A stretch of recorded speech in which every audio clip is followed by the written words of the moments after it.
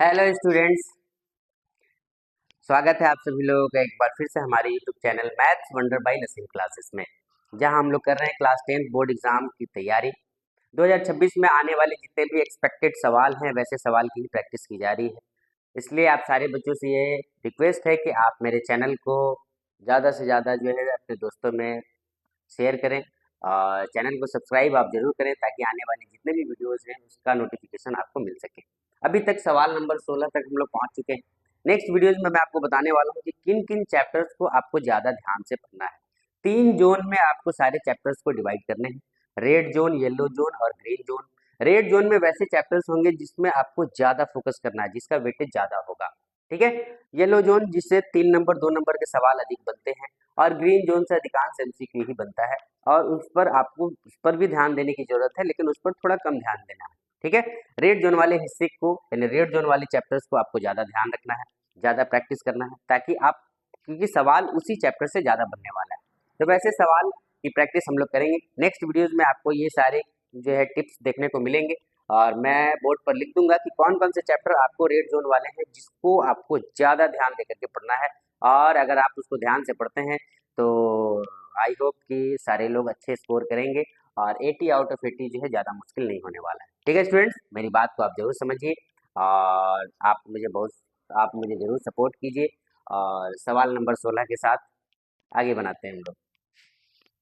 सवाल नंबर 16 आपको देखने को मिल रहा होगा। सवाल नंबर 16 यही है कि in the given figure PQ is a chord of a circle at PT is a tangent at P such that angle QPT is 60 degree, then find the measure of angle PRQ। Videos मैंने बना लिया था लेकिन sound चला गया, audio नहीं आया, इसलिए फिर से बस इसको रिपीट कर दे रहा हूँ, क्योंकि अभी ये मैंने वीडियोस बनाया लेकिन उसमें ऑडियो नहीं आने के कारण फिर से हमको वीडियो बनाना पड़ रहा है, ठीक है स्टूडेंट्स। देखिए, इस सवाल में ये पूछा गया कि आपके पास ये फिगर जो है गिवन है जिसमें से UT नाम का एक टेंजेंट है जो पॉइंट P पर मीट कर रहा है और ये एंगल का वैल्यू जो है यानी कि QPT जो एंगल है वो 60 डिग्री है।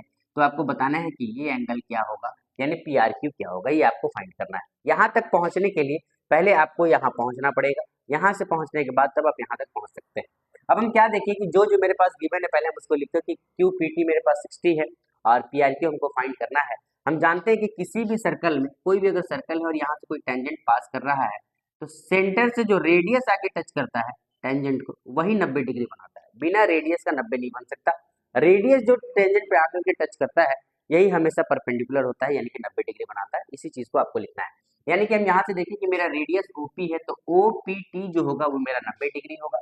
अगर OPT पूरा 90 होगा और इतना अगर 60 है तो ये अंदर वाला कितना रहा होगा, 30 रहा होगा। उसी चीज को हमने लिखा कि एंगल OPQ अगर हम निकालना चाहें, OPQ ये अंदर वाला छोटा वाला एंगल, तो 90 में से हमको QPT को माइनस करना पड़ेगा यानी 60 को माइनस करना होगा, यानी OPQ जो आएगा वो 30 डिग्री होगा।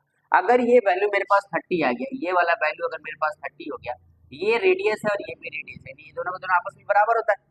किसी भी ट्रायंगल में हम जानते हैं कि दो साइड अगर बराबर होता है तो उसका बेस एंगल भी बराबर हो जाता है। यानी कहने का मतलब कि जितना मेरा OPQ होगा उतना ही मेरा OQP भी होगा, OQP ये भी उतना ही होगा यानी 30 डिग्री होगा, क्योंकि angle opposite to equal sides are equal, यानी कि अगर अपोजिट साइड्स अगर जो है दोनों इक्वल है तो उसका अपोजिट एंगल भी आपस में बराबर होता है, यही चीज को लिखा गया।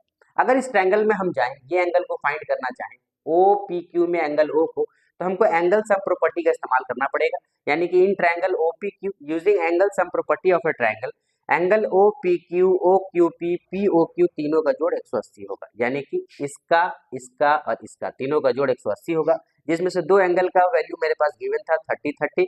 तीसरा POQ हम निकालना चाहें तो ये 60 ले जाकर के 180 से माइनस किए तो POQ मेरे पास 120 डिग्री आ गया। जैसे ही POQ आया तो हम एक चीज ध्यान रखें कि किसी भी सर्कल में, कोई भी सर्कल में जो दो रेडियस के बीच जो ये आर्क बनता है इसको आर्क कहते हैं।